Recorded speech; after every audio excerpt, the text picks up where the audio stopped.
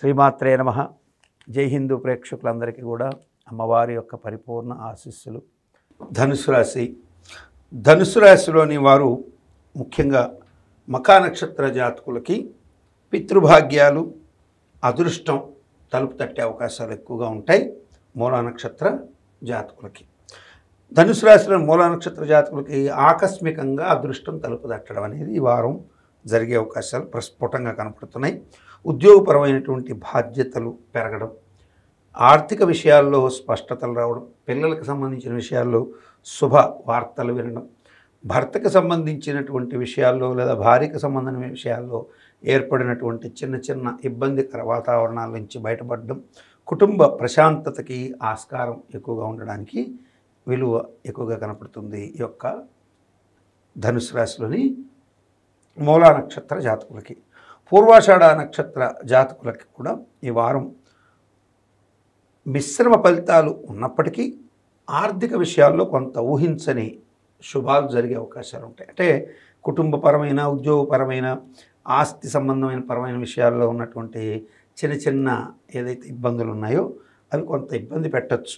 కానీ ఆర్థికంగా కొన్ని మార్పులకి శ్రీకారం చుట్టడం, అంటే పాత రుణాలని రీషెడ్యూల్ చేసే పనులు సక్సెస్ అవ్వడం, ఉద్యోగపరమైనటువంటి విషయాల్లో బాధ్యతల విషయంలో మనం ఇది బాగలేదు, ఎన్ని రోజులు చేసినా దీంట్లో మార్పు లేదు, ఎదుగు బొదుగు లేదు అనుకుని మారాలనుకుని చేసే ప్రయత్నాలు ఇవన్నీ కూడా సక్సెస్ఫుల్గా వెళ్ళే అవకాశాలు ఎక్కువ కనపడుతున్నాయి పూర్వాషాఢ నక్షత్ర జాతకులకి.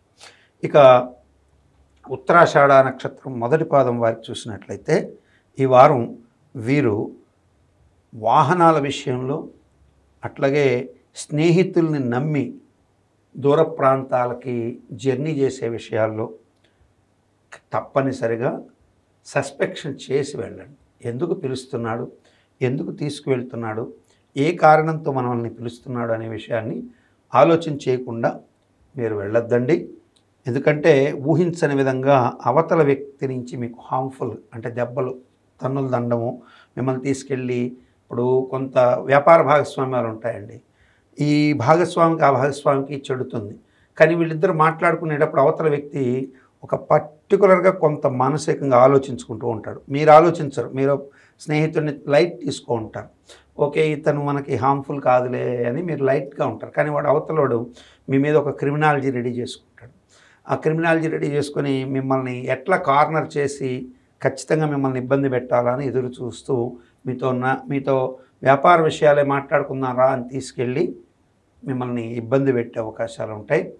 ఇటువంటి అనుభవం ఒకటి నా ఫాలోయర్గా ఉండేటువంటి ఒక రియల్ ఎస్టేట్ యజమాని, ఆ యజమానికి స్నేహితుడి విషయంలో జరిగింది. 2 months బ్యాకే జరిగింది ఈ విషయం. మరి అతన్ని తీసుకెళ్ళి ఎక్కడో దూరంలో ఎవరో మర్డర్ చేయడం, మహారాష్ట్ర బీదర్ దగ్గర ఎక్కడో టీవీల్లో కూడా వచ్చింది.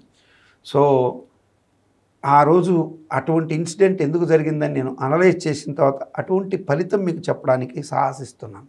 కాబట్టి ఈ గ్రహస్థితి అతని జాతకంలో ఏర్పడిన గ్రహస్థితి ఈరోజు ఇంచుమించుగా ఆ ఉత్తరాషాఢ నక్షత్రానికి ఏర్పడింది. కాబట్టి మీరు జాగ్రత్తగా ఉండండి.